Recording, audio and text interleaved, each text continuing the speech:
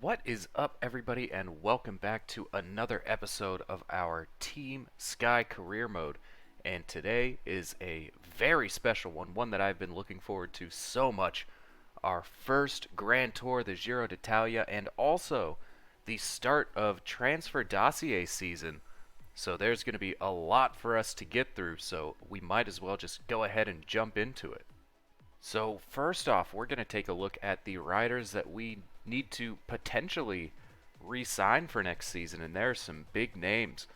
Max Poole, Ben Healy, Fred Wright, Antonio Tiberi, Ethan Vernon, Connor Swift, Oyer Lascano, Josh Tarling, Sam Watson. I mean, we love these guys. They've been on our team for a long time now. A story we can probably afford to let go. Some of these guys will not be returning, so I think we need to go ahead and make a list of who our top priorities are. Josh Tarling, obviously, going to be one of the top guys we need to bring back. Ben Healy, if his salary is going to be decent, if it's going to be any more than about 45, 50,000, I don't think we can afford to re-sign him. Max Poole, is he good enough to be a GC contender for us? Because he's going to want a lot more than 22,500 on his next contract, and there's some great options we could potentially replace him with. But Fred Wright, Antonio Tiberi, I think we should be able to bring them back potentially. Ethan Vernon, has he lived up to the hype just yet? He has 77 sprint, but is that going to be good enough now that we're in the Grand Tours racing at the top of the sport? And we're going to have some difficult conversations about these middling guys as well. Sam Watson, Darren Rafferty, Oyer Lascano. Connor Swift has been huge for us. Can we afford to let him go? It's going to be a bit messy here in a little bit. But for right now, I think probably 6, 7 riders we're going to look to re-sign from our team this season. And we are only going to look at 6 or 7 riders from our own team because there are so many talented riders available this year in transfers. I doubt we're going to go for somebody like Jasper Philipsen, Arno Delee, Jai Hindley. They're going to be too rich for us. We should have about 150 to 170,000 in wage budget to play with, and we do have a bunch of re-signings to do, so we're most likely going to be looking at between if it's a huge rider, if it's one of these guys, we can bring in one other rider, which not probably going to be our strategy. But if we scroll down a little bit, there's still some huge names. Simon Yates is one of them who I am very interested in bringing to Team Sky. And we passed on him last year, but can we afford to pass on Geraint Thomas again? He's still very serviceable, a great GC candidate. If we could bring him on a 1-year deal right before 2025, where Pogacar, Vingegaard, Evenepoel are all available, I think that might make the most sense for our team. But there is just some terrific riders. Tiemann Ahrensman, another great rider, one of my favorites in real life. I think we'll probably be making an offer on him at some point. Max Poole, when you do look at his stats, I don't think he quite stacks up. The recovery isn't great. The hill stat not great. Time trial isn't where it probably should be. Stamina isn't even that great. It's about the same as Simon Yates, so. But Simon Yates' time trial, recovery is a point better. I think if we're making a decision between these two, it's Yates every day. And there's one more rider that I am incredibly interested in, if I can find him. Sian Wittebrooks? I don't know how to pronounce it. I'll figure it out, but I am a huge fan of his in real life too, so I think we will definitely be making a move for him. His stats a little out of whack right now. Bora Hansgrohe, I don't know what they're doing with the development, but get his mountain up to 79, maybe his prologue up another point, recovery up another point.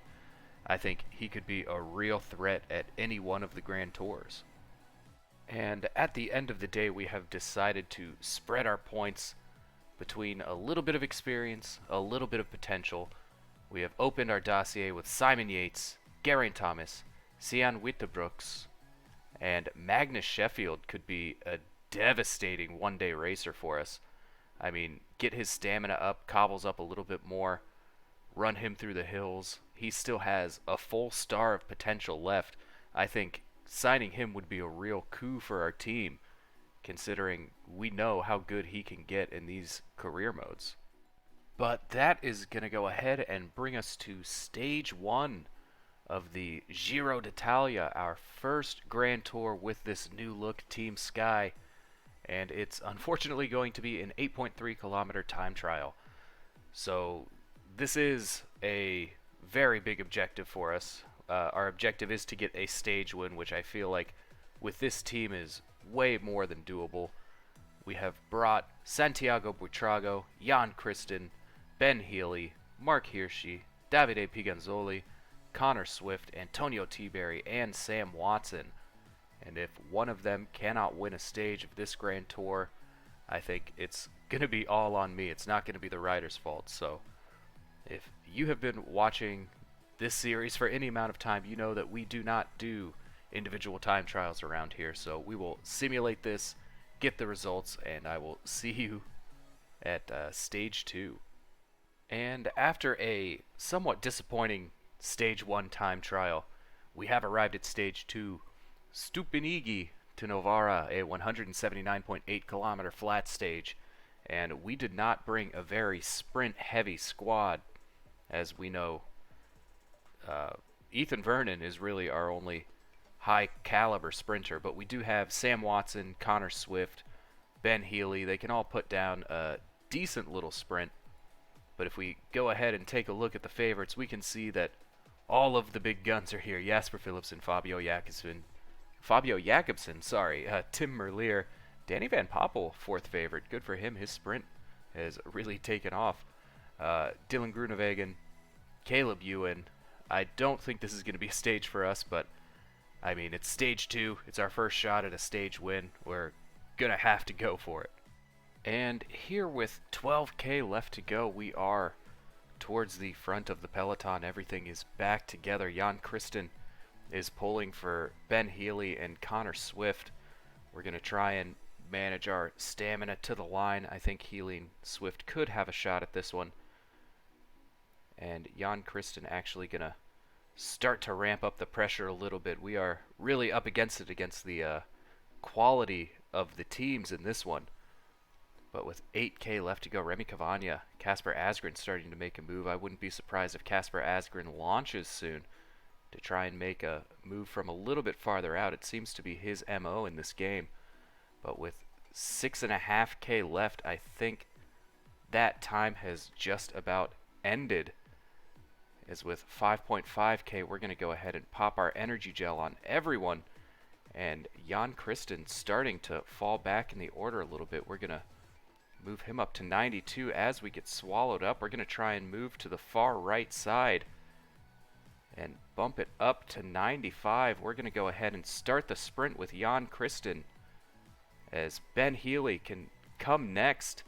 We might have gone a little bit too early, but Connor Swift looks like he's in a great position. We're going to go ahead and start his sprint with 1.3 left as there are riders coming around. It's looking like it's going to be Dylan Groenewegen, Fabio Jakobsen. It's going to be Dylan Groenewegen on the line ahead of Fabio Jakobsen and Sam Bennett. We decided to go just a little bit too early, but Mark Hirschi coming across the line in 16th place will be our best finisher. And unfortunately for Antonio Tiberi, one of our GC candidates, he did fall earlier in the race, and he's going to finish about 5 minutes behind everybody else. And that will take us straight into stage 3, Biella to Canale, a 192.3 kilometer hill stage, and one that looks like it could be one for us as long as, you know, the top guys aren't really gunning for the stage win. Ben Healy comes to mind as soon as I see this stage profile. So does Mark Hirschi, both guys in pretty decent form. Jan Kristen performing out of his mind at the moment, so maybe he can have a say in this as well. But since Ben Healy's recovery stat is only 65, we're going to have to make the most use of him that we can out of these early stages. So we're going to go all out with him to try and win this stage. And here with 71K left to go, we have reached the bottom of the first climb, the Bric de la Force, And Davide Pigenzoli is on the front pushing the pace. We're going to try and make these hills as hard as possible and let Ben Healy, Santiago Buitrago, and Connor Swift go there towards the end. We, of course, don't want to blow up too early, but we're going to be pushing this as much as we can anytime there's any kind of elevation, as we are just so well suited to these hills. And here with 46k go, it's much of the same. On the front again with Davide Pigenzoli, this time up to 83 effort, pushing the pace, trying to create some kind of a split. We don't want the group to be together. Come the end of this stage, Connor Swift already starting to crack a little bit, so is Sam Watson. But our main concern right now is Ben Healy, Santiago Buitrago, and Connor Swift, getting them in a good position for the GC race, as we are already starting to pick off parts from the breakaway that started at mile 1 or kilometer 1.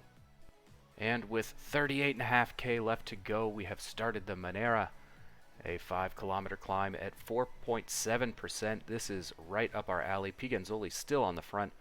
We might want to use a little bit of energy just to maybe get him off the front and see what some of our other domestiques can do, but we want to crack this peloton desperately up this climb. There's 1.2 kilometers left.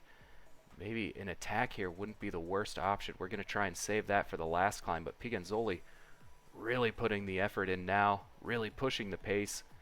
Jan Christian, T-Berry, Hirschi, and Healy all in a great spot as well, so we are not feeling the effects of us pushing this pressure, which means probably nobody in the peloton will be either, as Jan Christian gets set to take over right at the top of this climb. Pigenzoli done for the day, and it's all on Jan Christian to bring the front rider, who still has 2:15, back. And with 16k left up the Guaren, the last climb, we go. Jan Christian again taking us to the front. This front rider still has 53 seconds, but that gap is closing. We're going to go ahead and use our hill stats to our advantage. And look at that gap just completely shatter. And there is a sprint category at the top of this climb, which is not ideal for us.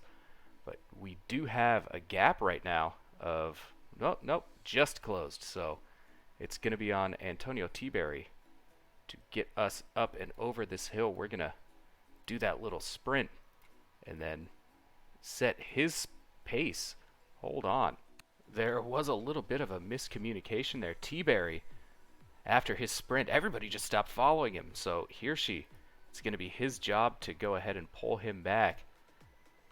And we're going to go ahead and follow Antonio T-Berry, who is going to not let Soren Kragh Andersen get away.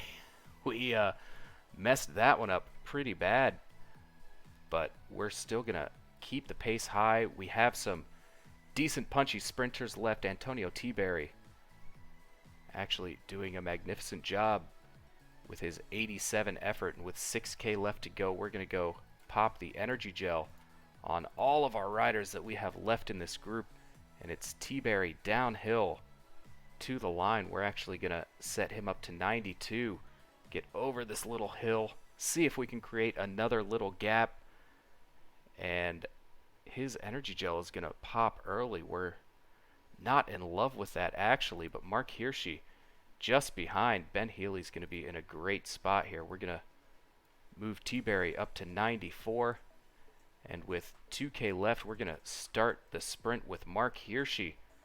It looks like we do have a pretty strong command on this stage. Ben Healy going to start his sprint. Santiago Buitrago, and it's going to be Ben Healy to come across the line in first place, followed by Santiago Buitrago, Connor Swift, Mark Hirschi, Jan Christian, and Sam Watson. I didn't expect that to happen at all. I thought somebody would definitely come around us, but as it stands, a top 6 at stage 3 in the Giro d'Italia. Maybe we're going to be a lot more competitive than I thought we were. What a stage for Team Sky. And there we can see Ben Healy on the top step of the podium at the Giro d'Italia for stage 3, followed by Santiago Buitrago, Connor Swift, Mark Hirschi, and Jan Kristen, and Sam Watson as well in 6th place. What a terrific stage, probably our most dominant so far. And if we take a look at the GC, Soren Krag Andersen is in pink, followed by Tadej Pogacar and Alex Aramburu, as our closest rider is Ben Healy in 6th place. Connor Swift also sitting there in 10th. And if we take a look at the best climber, we have Davide Pigenzoli on 1 point in 8th place. That might be a jersey we look to get into with Pigenzoli later in the race. And for points, Ben Healy in 3rd place with 30. I mean, Groenewegen, Jakobsen, Philipsen, we're not really going to be competitive for this one as the race goes on. But nice to see Ben Healy in 3rd place as it stands. And if we move to the young rider, Ben Healy will be in white for stage 4. A great accomplishment for him after a very well done stage. As you can see, one of our former riders, Tom Gloag, down there in 7th place, 14 seconds behind. Good for him. And team classification, we jump up to 7th place, 38 seconds behind UAE Team Emirates, and as always, we will be looking to make that our category. And after that dominating stage 3, we will be heading directly into the mountains. Stage 4, Piacenza to Sestola, a 186.1 kilometer medium mountain stage. And this one looks like it could be good for Santiago Buitrago, Jan Kristen, Mark Hirschi, Ben Healy also. T-Berry a little bit back on time, but if we can pop him into a break, then maybe he would have a shot. But again, the climb at the end doesn't look too dangerous. Our hill guys might be able to get over there. So as long as we're with that front group there towards the end of that final climb, I think we should be in with a shot here. And here with 47.5k left, we have started Monte Molino, a 7.4 kilometer at 6.4% climb. And Ineos is absolutely drilling the pace. And that first section of mountains was pretty rough. They have been absolutely crushing it up these mountains. So we do have a little bit of worry in us, but Connor Swift keeping our boys pretty close to the front, as Dan Hula and Nathan Van Hooydonk are going to keep the pace high, and hopefully Antonio T-Berry and Santiago Buitrago will be able to make it till the end with a little bit of stamina left. And with 21k left, we have reached the bottom of the next climb, the Monte Creto, a 5.1 kilometer climb at 6.8%. Connor Swift still on the front.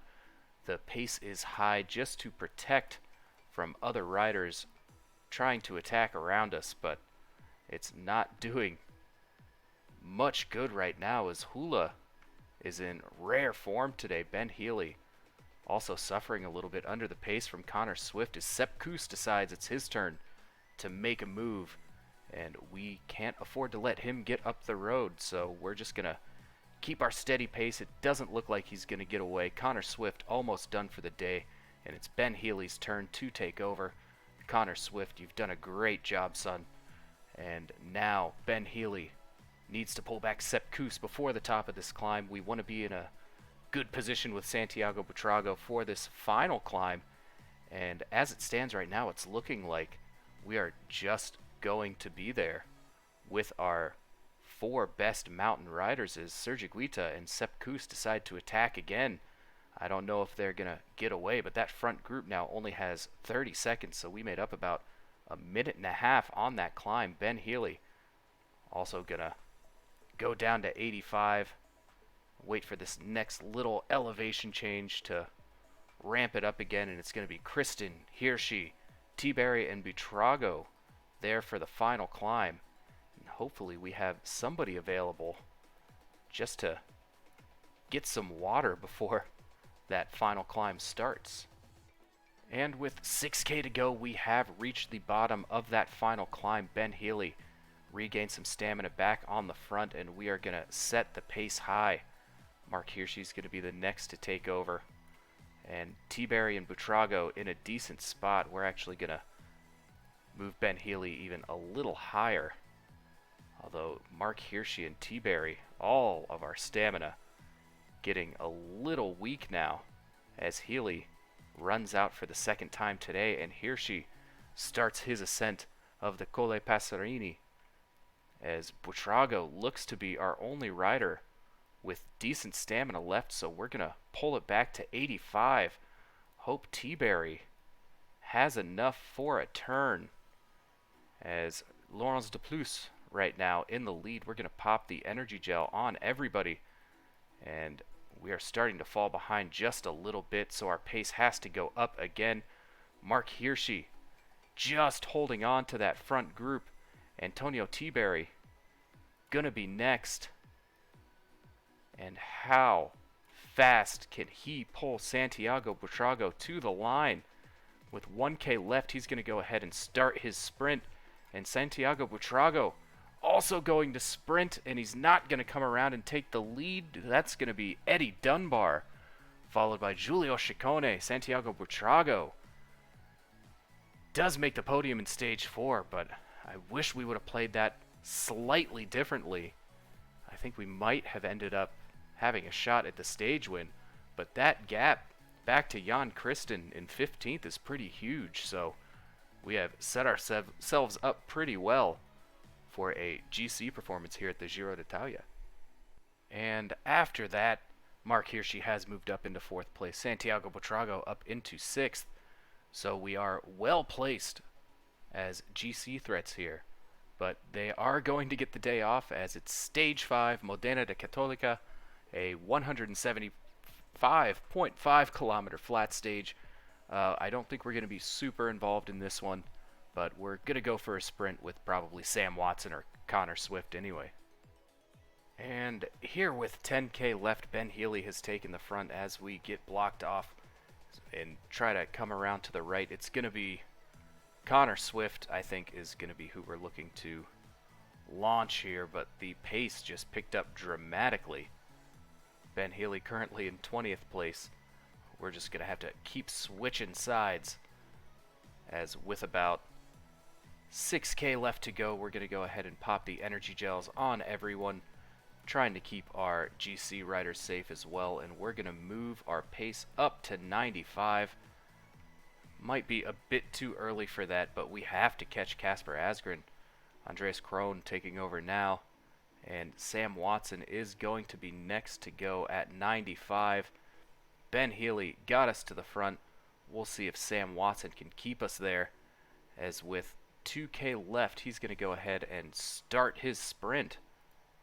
With Connor Swift right on his tail, he's going to start his sprint as well. Santiago Buitrago, Mark Hirschi, but we're not going to have anybody fighting for the win, just as we suspected, as our highest finisher will be Jan Christen in 15th. He keeps impressing me over and over again.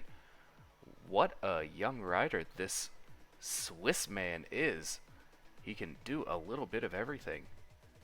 And we are going to keep it moving on to stage 6, Grosse di Frasassi to Ascoli, a 158.1 kilometer medium mountain stage. And that final climb does look a lot scarier than the last medium mountain stage. I have some questions on if we're going to be able to keep up with the Pogacars of the world, but we're going to give it a go. It doesn't look like it's something that Santiago Buitrago or Antonio T-Berry can't handle. But the question is, do we have the domestiques to keep with the front group for the entire stage? And here with 13K left to go, we have reached the final climb into Ascoli. Connor Swift done for the day. He did a great job, and the pace ramps up immediately. Tade is who we're going to be watching. Ben Healy also sneaking up the road a little bit. We don't want to let Tade get away, so Piganzoli going to have to pick it up to an 87. Tade looks very comfortable. To be fair, everybody looks pretty comfortable. We're going to set Ben Healy to calm down. We don't want to push this pace that hard just yet. And it looks like it was a little bit of Ben Healy's fault as well, as Piganzoli is able to pick through these riders one by one, get back to the wheel of Pogacar. There are still 9.5K to go until the top.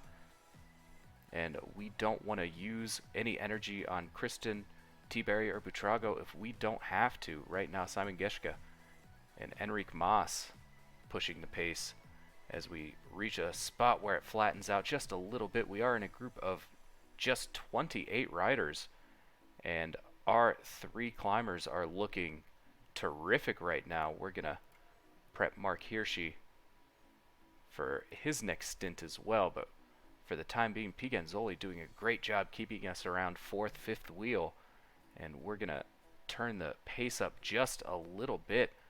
The breakaway is most likely going to win this stage. They still have 5 minutes with 3K left to go for them, 5.7 for us. Mark Hirschi not in a great spot. This pace might be a little bit too high, but Hirschi gonna have to take over. Pigenzoli is done, as Lytle Trek is the one on the front. And it looks like there are some weary legs here. Bauke Mollema not looking like he's in a great spot. Jan Christen going to be the next to come around. We're going to get him prepped for 85. But Mark Hirschi straight to the front. Giulio Ciccone is about to look to make a move. We have 2.8K left. We're going to pop the energy gel on everybody, as it is Jan Christen's time to take over. We're going to move him up to 85, as looks like the front group are just now coming across the line. It's going to be Gianluca Brambilla as Tadej Pogacar makes an attack. We can't answer just yet. Butrago's stamina not in a great spot. We're going to look to save time and just pace ourselves back. Antonio T-Berry looking like he's suffering quite a bit as well. But they are just in front. We're going to have to start our sprint with Santiago Butrago a little earlier than we would like. Right about now, Antonio T-Berry, Jan Christen, as Tadej Pogacar is going to get a tiny bit of a gap, but I'd say our climbers did a pretty good job today, 20th, 21st, and 22nd, at least keeping us in the conversation for GC. And after that stage, even better than just keeping us in the conversation, Santiago Butrago has moved up 3 spots onto the podium, 21 seconds behind Giulio Ciccone and 20 seconds behind Tadej Pogacar. Jan Christen also sitting in 9th. Mark Hirschi drops down to 11th, but we didn't really expect him to compete for the overall GC lead anyway, as Antonio T-Berry, after his fall on stage 3, jumps all the way back up to 18th place. He's still 7 minutes behind, but as far as finishing positions go, Antonio T-Berry right there in contention for maybe a top 15. And up next will be Stage 7, Notaresco to Termoli, a 174.8 kilometer flat stage. Again, I'm going to say it for all the flat stages. Not one that our team is built for, but Sam Watson, Connor Swift, we can try and get him into position for a little sprint finish. It looks like there is a tiny little hill right before it flattens out at the end, so we might be able to make something happen there. But again, I am not super convinced that we're going to be in there with a shot today.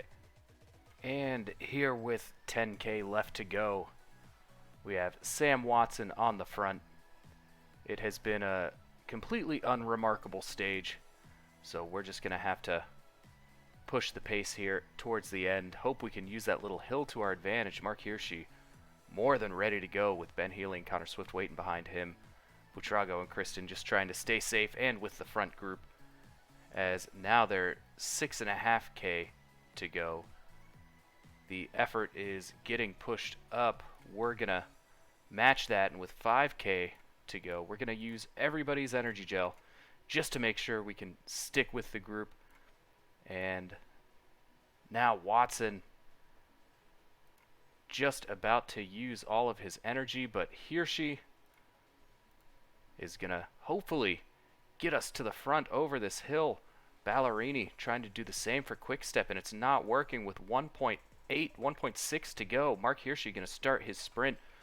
Ben Healy as well, and Connor Swift might be a bit too far back to do anything at this point. And it's another flat stage, another point where we are not in contention.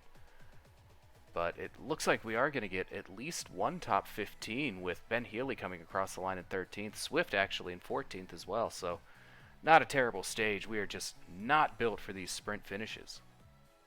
And that stage will bring to an end this episode of our Team Sky career mode, where we are more than in contention in the Giro d'Italia. We are right up there with the best, with a bunch of medium mountain stages to go, where it looks like we are pretty much on equal footing with Tadej Pogacar for the time being. We'll have to see how his fitness peaks play out. But in good news, there will be another episode of this series this week, hopefully on Thursday, and then depending on how long that video goes, we will either finish it this week and have another episode this weekend, or we will have the middle of the Giro this week and the end of the Giro this weekend. But either way, it is a 3-episode week for the Team Sky career mode. And if you enjoyed the content, please feel free to subscribe or leave a like. I do try to put out one episode of this series every weekend and one episode of our Pro Cyclist mode every week.